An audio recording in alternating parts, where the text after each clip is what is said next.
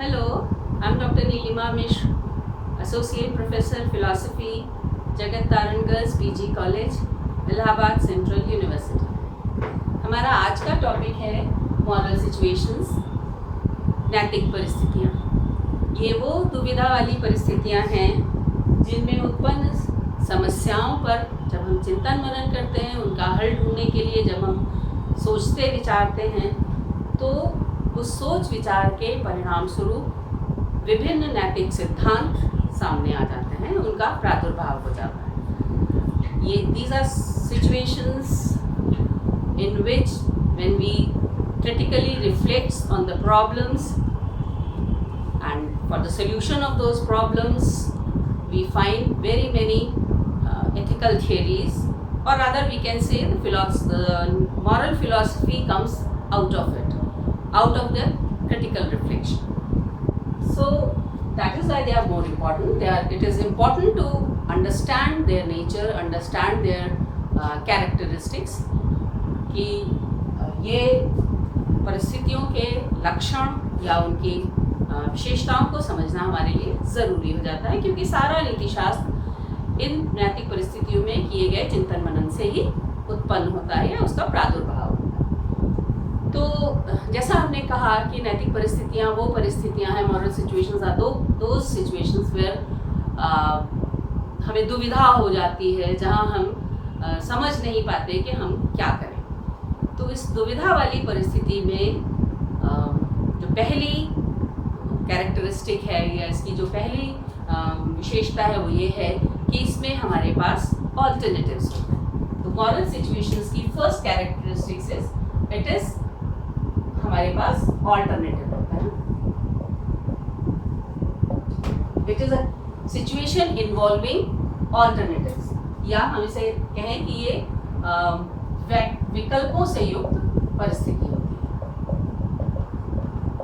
हर दुविधा का मतलब ये है कि हमें ये पता ना लगे कि हम ए करें या बी करें। हमारे पास ऑल्टरनेटिव्स होते हैं और हम उनको चुनने में थोड़ी सी कठिनाई महसूस करते हैं। तो हमारे पास विकल्प होते हैं और यहाँ ध्यान रखना चाहिए कि किसी भी विकल्प को ना चुनना भी एक विकल्प होता है। There are alternatives and one of the alternatives is that we do not choose any alternative. जो भी हमें लग रहा है कि सामने विकल्प हमारे सामने प्रस्तुत हो रहे हैं, जो भी ऑल्टरनेटिव्स हमारे सामने आ रहे हैं, हम उनमें से किसी के साथ कंफर्टेबल नहीं है और हम सोचते हैं कि हम कुछ नहीं चुन रहे, तो ना चुनना भी अपने आप में एक विकल्प हो जाता है। तो पहला लक्षण जो मॉरल सिचुएशंस नैतिक परिस्थितियों का है वो ये है कि उनमें ऑल्टरनेटिव्स होते हैं, विकल्पों की उपस्थिति। हम कुछ क्लासिकल एग्जाम्पल से ये बात समझा सकते हैं, और जो हमारे एपिक्स हैं, जो हमारे महाकाव्य हैं, उन्हीं से हम ले लेते हैं दृष्टांत।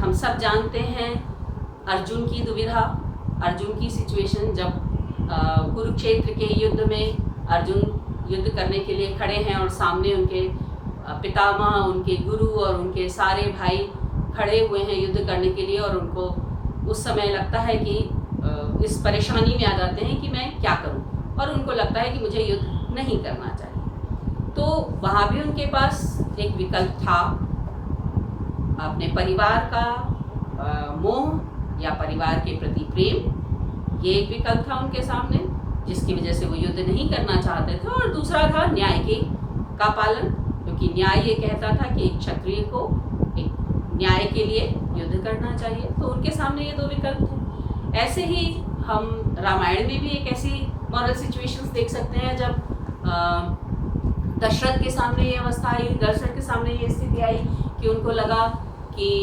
कैकेयी को दिए गए अपने वचन का पालन करना चाहिए उन्हें, या न्याय के राम के साथ न्याय करना चाहिए, क्योंकि न्याय के अनुसार राम को राजगद्दी मिलनी चाहिए। न्याय का नियम ये कहता है कि राम को राजगद्दी मिले, और वचन पालन का भी एक ऑल्टरनेटिव उनके सामने है। तो दशरथ भी इस दुविधा वाली स्थिति में आ जाते हैं, इस मॉरल सिचुएशन में आ जाते हैं।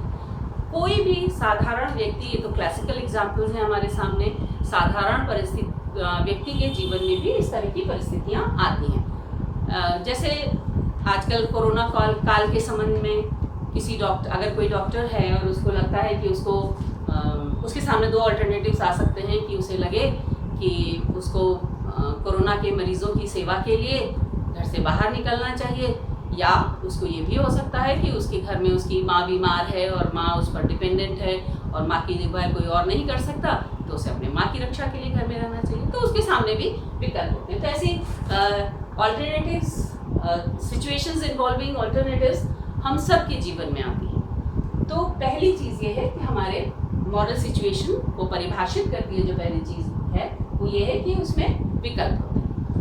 अब ये विकल्प हम कुछ और भी ऑर्डिनरी सिचुएशंस भी ले सकते हैं, जैसे हम किसी पार्टी में जाना है और हमको ये हमारे सामने ये दुविधा आती है कि हम येलो कुर्ता पहने या रेड कुर्ता पहने, या हमारे सामने खाने के पदार्थ रखे हैं और हमारे सामने ये विकल्प आता है कि हम रसगुल्ला खाएं या हम पेड़ा खाएं। These are also situations where we have alternatives. So they are ordinary situations. तो अब सवाल ये है कि मॉरल सिचुएशंस की ग्रेविटी, उनकी जो गंभीरता है, वो इस तरह की सिचुएशंस जिन्हें हमने ऑर्डिनरी सिचुएशन कहा है उनसे कुछ फ़र्क लगती है। हमको समझ में आता है कि there is a difference between the two. तो इसका मतलब है कि ऑल्टरनेटिव्स होने के अलावा भी कोई और कैरेक्टरिस्टिक है जो मॉरल सिचुएशन की सीरियसनेस को डिफाइन करती है। तो जो second characteristic of moral situation है वो ये है कि हमारे जो ऑल्टरनेटिव्स हैं उनमें प्रेजेंस ऑफ वैल्यूज़ होनी चाहिए, वो मूल्यों से युक्त होने चाहिए।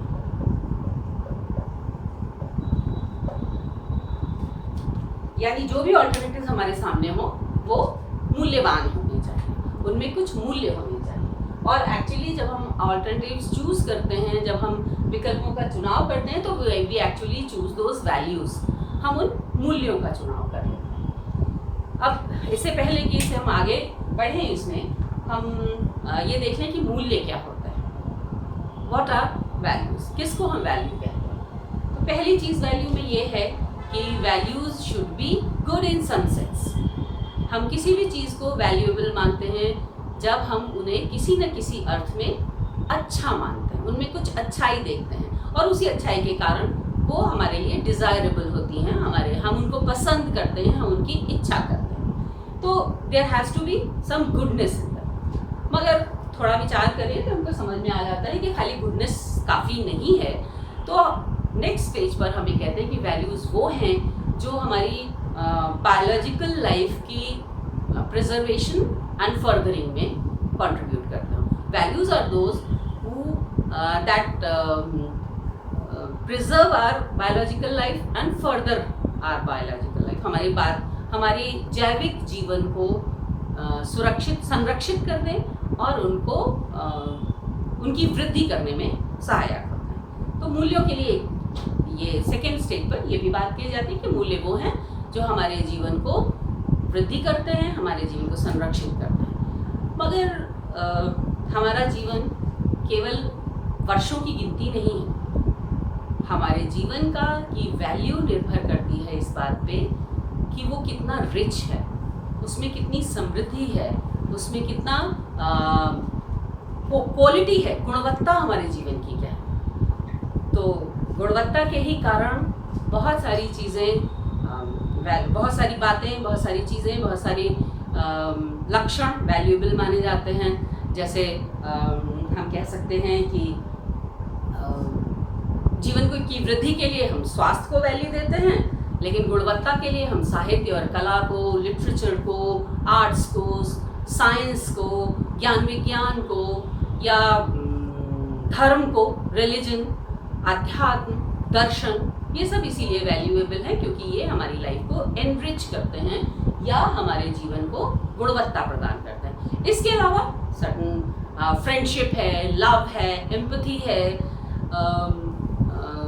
कंपैशन है, करुणा, प्रेम, मित्रता, सौहार्द, ये सब भी हमारी लाइफ को वैल्यू प्रदान करते हैं। तो अगर हम शॉर्ट में कहें तो वैल्यूज़ वो हैं जो हमारे जीवन में वृद्धि करती हैं, उसको संरक्षा देती हैं और उसकी गुणवत्ता को बढ़ाती हैं, उसमें क्वालिटी बढ़ाती हैं और जो फाइनली आनंददायक हो।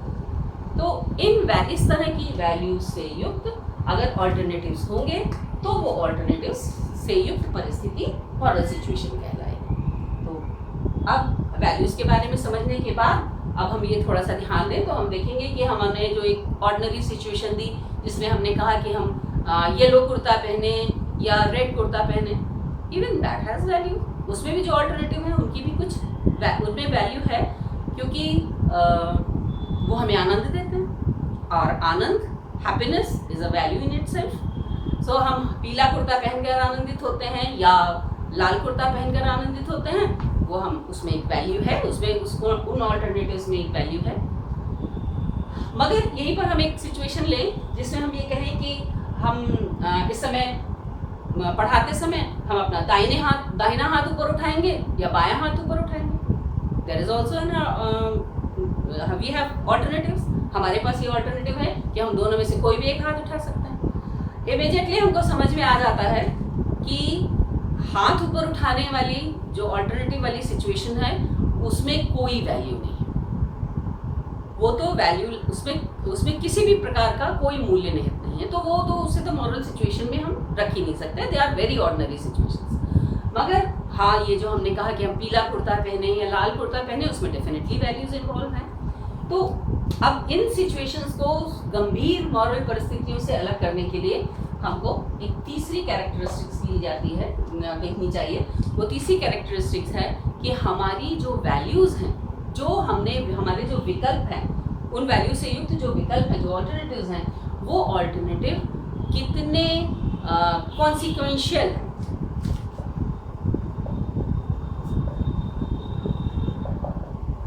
या प्रभावकारी,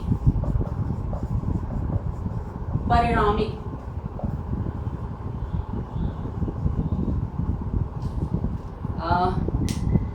जाहिर सी बात है, रसगुल्ला खाऊं या पेड़ा खाऊं, लड्डू खाऊं, इस ऑल्टरनेटिव में जो भी वैल्यू, जो आनंद की, जो हैप्पीनेस की वैल्यू है, वो वैल्यू इमीडिएट एंजॉयमेंट में खत्म हो जाती है। That value ceases to exist when उसका इमीडिएट ग्रेटिफिकेशन हो जाता है, तब वो एग्जिस्ट करना बंद कर देती है, वो खत्म हो जाती है। पीला कुर्ता पहनूं या लाल कुर्ता पहनूं में भी यही सिचुएशन है, यही उनकी कंडीशन है कि वो प्रभावकारी नहीं है, वो उसी समय, उसी इमीडिएट एंजॉयमेंट में वो समाप्त हो जाता है। तो मॉरल सिचुएशन के ऑल्टरनेटिव्स में जो वैल्यूज़ हैं, they have to be consequential, या उनको प्रभावकारी या परिणामिक होना चाहिए। का मतलब है कि उनके दूरगामी प्रभाव पड़ने चाहिए, उनको लॉन्ग लास्टिंग होने चाहिए, वो वैल्यूज इमीडिएट एंजॉयमेंट में ख़त्म नहीं होने चाहिए। इस एक सिचुएशन से, इस एक कैरेक्टरिस्टिक से हम ऑर्डिनरी सिचुएशंस इन्वॉल्विंग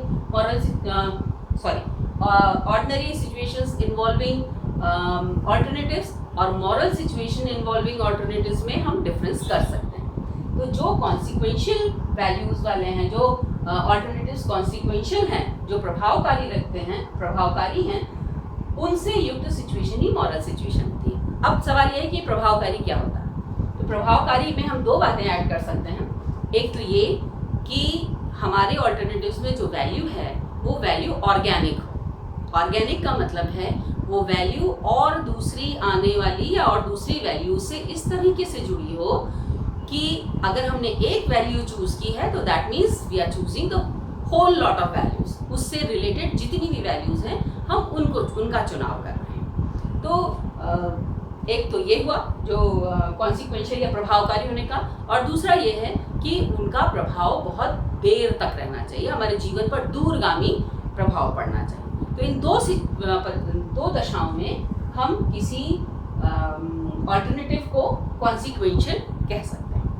तो जाहिर सी बात है, ये कॉन्सिक्वेंशियल वैल्यूज, कॉन्सिक्वेंशियल ऑल्टरनेटिव्स खाली मॉरल सिचुएशन में होते हैं। जो ऑर्डिनरी सिचुएशन इन्वॉल्विंग ऑल्टरनेटिव्स हैं उन्हें हम अब मॉरल सिचुएशन से अलग कर सकते हैं और मॉरल सिचुएशन की गंभीरता को पहचान सकते हैं। क्यों? क्योंकि वो हमारे जीवन पर दूरगामी प्रभाव डालने वाली होती है। अब जो एक चौथा कैरेक्टरिस्टिक अधिकांश दार्शनिक अधिकांश नीति दार्शनिक इस चौथे कैरेक्टरिस्टिक को स्वीकार करते हैं, वो है इसका सोशल इम्पैक्ट।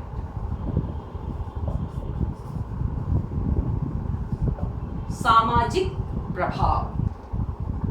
अधिकांश दार्शनिकों का मानना है कि हमारे जो ऑल्टरनेटिव्स हैं, अगर वो ऐसे हैं कि उनका सामाजिक प्रभाव पड़े, यानी उनका केवल मेरे जीवन पर नहीं बल्कि दूसरों के जीवन पर भी प्रभाव पड़े, तो वो मॉरल सिचुएशन की गंभीरता को ज़्यादा स्पष्ट कर सकते हैं। तो मॉरल सिचुएशन की डिफाइनिंग फीचर्स में से एक डिफाइनिंग फीचर्स अधिकांश नीति शास्त्री ये मानते हैं कि वो उसका हमारे चुनावों का जो सामाजिक प्रभाव है, हमारी चॉइसेस या हमारे जो डिसीजंस हैं उनका सोशल इम्पैक्ट है, वो डिसाइड करता है कि हमारी मॉरल सिचुएशन क्या है।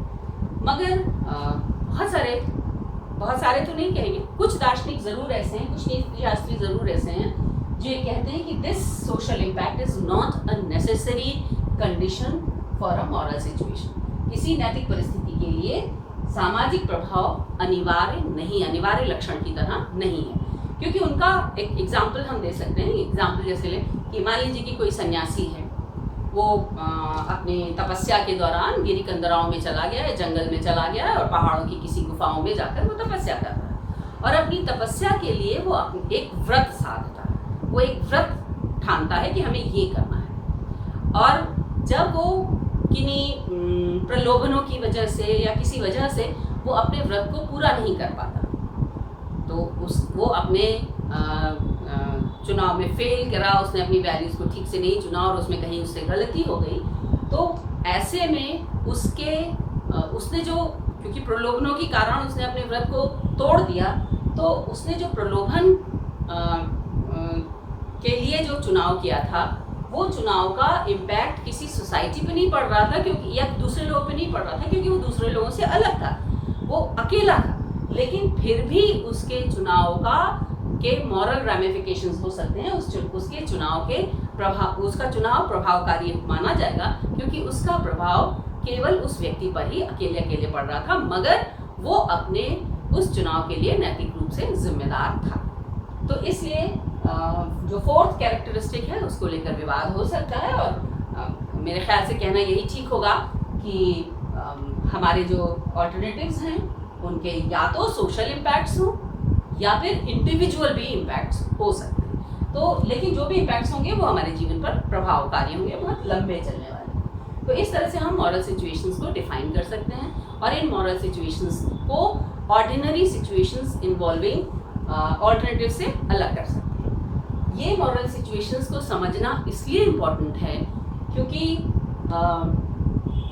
इन्हीं मॉरल सिचुएशंस में जो भी हम चुनाव करते हैं, जो भी ऑल्टरनेटिव हम चूज़ करते हैं, दैट मीन्स जो भी वैल्यूज़ हम चूज़ करते हैं, जिन भी मूल्यों का चुनाव हम करते हैं, वो हमारे चरित्र का निर्माण करता है। रिपीटेडली बार बार नई सिचुएशंस आती हैं, और बार बार हम जो चुनाव करते जा रहे हैं उनसे हमारा चरित्र निर्मित होता है।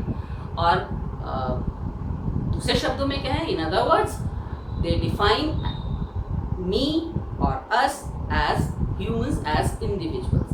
वो मनुष्य के रूप में हमको परिभाषित कर रहे हैं। तो इसलिए नैतिक परिस्थितियों को समझना और उनमें जो चिंतन मनन जो एक मॉरल क्रिटिकल रिफ्लेक्शन है, वो एक दूसरा टॉपिक है जिसको हम नेक्स्ट लेक्चर में कवर करेंगे कि कैसे हमको एक चिंतन मनन करना चाहिए, उसके आइडियल्स, जो मॉरल थिंकिंग है, आइडियल जो विचार है, विचार विमर्श है, उसका क्या रूप हो सकता है, उसको हम दूसरी किसी लेक्चर में समझेंगे। लेकिन ये हमें ज़रूर जान लेना चाहिए कि हम जो मॉरल सिचुएशन में हैं, तो they are very important to our lifes, क्योंकि वो हमें परिभाषित कर रही होती हैं एक मनुष्य के रूप में, और अपने उन मॉरल सिचुएशन में किए गए चुनाव के आधार पर ही हम अच्छे या बुरे मनुष्य के रूप में पहचाने जा सकते हैं। हमारा चरित्र उनसे बनता है, हमारा स्वरूप उनसे बनता है। Thank you. This is all for today.